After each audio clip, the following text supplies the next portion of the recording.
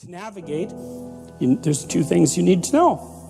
And the first is, where the hell are you? Exactly, precisely, right? Razor sharp. What's good about you and what's bad about you? By your own reckoning. You don't have to, you can ask other people, but this is a game you play yourself. It's like, as far as I'm concerned, I'm taking stock. What is it that's okay about me and what needs some work? And you got to watch to not be too self-critical when you're doing that too, because that can just be another kind of flaw. And then the next is, okay, well, where are you going? What's your destination? Well, and that's what the frame is. Now, you know, you could do that in a very sophisticated way. And you do that by thinking consciously about who it is that you are in an articulated manner and where you want to go and why and how you're going to get there. And people hardly ever do that. That's come as such an absolute shock to me as an educator. I just, because one of the other programs, I use this in my classes. One of the other programs in this suite of programs is called the Future Authoring Program, and I started developing it in my Maps of Meaning class, which is where some of this material is from. And I got students to write about their past. It's like, okay, we're talking about stories, so let's tell your story. Who are you? How did you get here? And what are you now? That usually helps people put things to rest, although it's quite stressful while you're doing it. Stress goes up when you're doing it, and maybe you feel miserable for a couple of weeks, and then stress goes down and it stays down. So that's also why people don't do it, because who the hell wants to have their stress go up? But if it's temporary, it's a sacrifice. So then the next issue is, well, where are you going? And one of the things that, and this I cannot understand.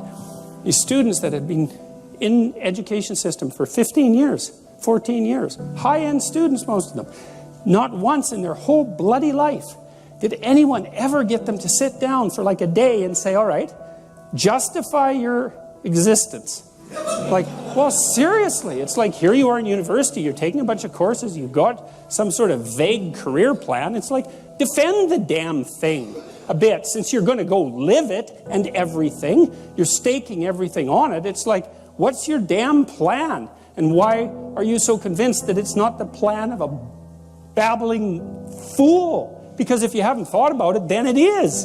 And if you really want to go out there and live that out, you know, one of the things Carl Jung said was that you're in a story, whether you know it or not. And then he made two nice comments about that. If it's someone else's story, you're probably going to get a bit part. And it might not be the one you want. And if it's a story that you don't know, it might be one with a really bad ending. Or maybe it's just bad, period, with a worse ending. And if you don't know what the story that you're living out is, maybe that's the one. You know, maybe you got that from your mother, you got it from your grandmother, you got it from your aunt, or God only knows where you picked it up, because you pick up things like mad, because that's what human beings are like. So maybe you're living a malevolent tragedy unconsciously. And then one thing you might ask yourself is, well, how wretched and miserable is your life? Let's add futile to that. How wretched, miserable, and futile is your life? And you might say, well, yeah, 70% on each count. It's like, then you're probably unconsciously living out a malevolent tragedy. And maybe that's not for the best. Well, it's either that or the whole universe hates you. Getting away plus getting forward are separate motivational systems, and if you can add them together, it's real potent. And part of the reason why in the future authoring exercise that you guys are going to do as the class progresses, you're asked to outline the place you'd like to end up, which is your desired future, and also the place that you could end up if you let everything fall apart, is so that your anxiety chases you and your approach systems pull you forward. You're maximally motivated then. And it's important, because otherwise you can be afraid of pursuing the things that you want to pursue, right? And that's very common. And so then the fear inhibits you as the promise pulls you forward, but it makes you weak because you're afraid. You want to get your fear behind you, pushing you. And so what you want to be is more afraid of not pursuing your goals than you are of pursuing them. It's very, very helpful. And lots of times in life, and this is something really worth knowing, you know, and this is one of the advantages to being an autonomous adult, is you don't get to pick the best thing. You get to pick your poison. You have two bad choices, and you get to pick which one you're willing to suffer through. And every choice has a bit of that element in it. And so if you know that, it's really freeing, because otherwise you torture yourself by thinking, well, maybe there's a good solution to this, you know, compared to the bad solution. It's like, no, sometimes there's just risky solution 1 and risky solution 2. And sometimes both of them are really bad. But you at least get to pick which one you're willing to suffer through, and that actually makes quite a bit of difference, because you're also facing it voluntarily then, instead of it chasing you, and that is an entirely different psychophysiological response. Challenge versus threat, it's not the same, even if the magnitude of the problem is the same. And so putting yourself in a challenging, let's call it mind frame, you can't just do that by magic. Putting yourself in a challenging mind frame is much easier on you psychophysiologically, because you don't go into the generalized stress response to the same degree. And you're activating your exploratory and seeking systems, which are dopaminergically mediated and that involve positive emotion. So if you can face something voluntarily rather than having it chase you, it's way better for you psychophysiologically. So that's partly why, well, it's worthwhile to go find the dragon in its lair instead of waiting for it to come and eat you. So, and especially when you also add the idea that if you go find the dragon in its lair, you might find it when it's a baby instead of a full-fledged bloody monster that is definitely going to take you down. And so that's part of the reason why, well, there's a whole bunch of things that emerge out of that observation, like don't avoid small problems that you know are there. Face them, because they'll grow into big problems all by themselves. And you can think about, imagine the tax department sends you a notification. You owe them like $300. Well, it's that's annoying. Maybe you don't even want to open the letter. Or maybe if you do, you just put it on the shelf. But that damn thing doesn't just sit there like a piece of paper on the shelf, right? You ignore that for 5 or 6 years, it's going to become attached to all sorts of horrible things. And if you ignore it long enough, you get the idea.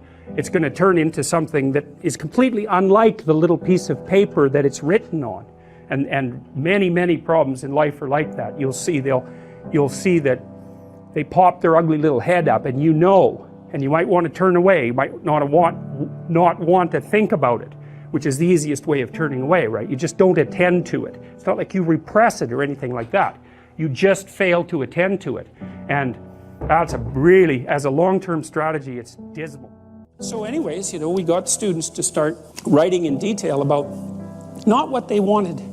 It's not a career thing, because that's the closest people usually get, is they have a career plan. It's like, no, it's not a career plan. That's peripheral. Important, but peripheral. It's like, all right, you got 3 years, man. You're going to live them anyways. Devote those 3 years to setting the world up around you so that it's the best it could possibly be for you. As if you were taking care of yourself, as if you cared for yourself.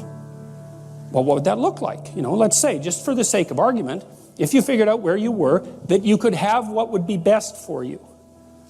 Well, what is that? I bet you never asked. People don't ask. And so life comes at them like random snakes, and they sort of fend them off. And life goes by, and things don't work out the way people expected them to. But a huge part of that is they didn't know where they were, because they wouldn't look, or didn't know that they should look. Ignorance and willful blindness, right? 2 great catastrophes. And they never figured out where they wanted to go or why. Now, there's a problem with figuring out where you want to go. And the problem is that you make your conditions for failure clear to yourself. And people don't like that. So if you keep yourself in the fog, then you can't tell when you screwed up. Now, that isn't so good, because you're still screwing up. You're just too blind, self-blind to notice. Although in the short term, that's less painful. If you make your criteria for success razor sharp, then you know every time you screw up. But that's great, because then you could fix it. You could either repair the behavioral inadequacy or the conceptual inadequacy that you're using as a tool in that situation, or maybe you could adjust your damn plan. Either way, you can fix it. And so, okay, so you're living in one of these bloody things, and you might as well, it seems to me, you might as well make it the best one you could live in, because you don't have anything better to do.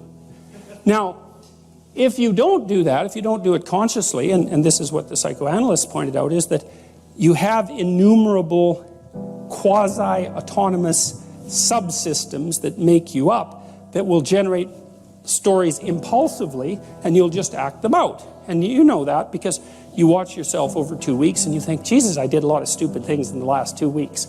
And you think, why? And it's because you're a collection of somewhat random, quasi-autonomous personality units, and lacking a leader, they're just going to fire off whenever they want, First you're hungry, then you're thirsty, then you want to go to bed with your wife, Then you want to sleep in, then you want to tell your boss off, then you want to curse at the guy that cuts you off in traffic. It's like, you're kind of like a 2-year-old, it's one emotional frame after another vying for dominance. There's no overarching hierarchy, and there's no king at the top.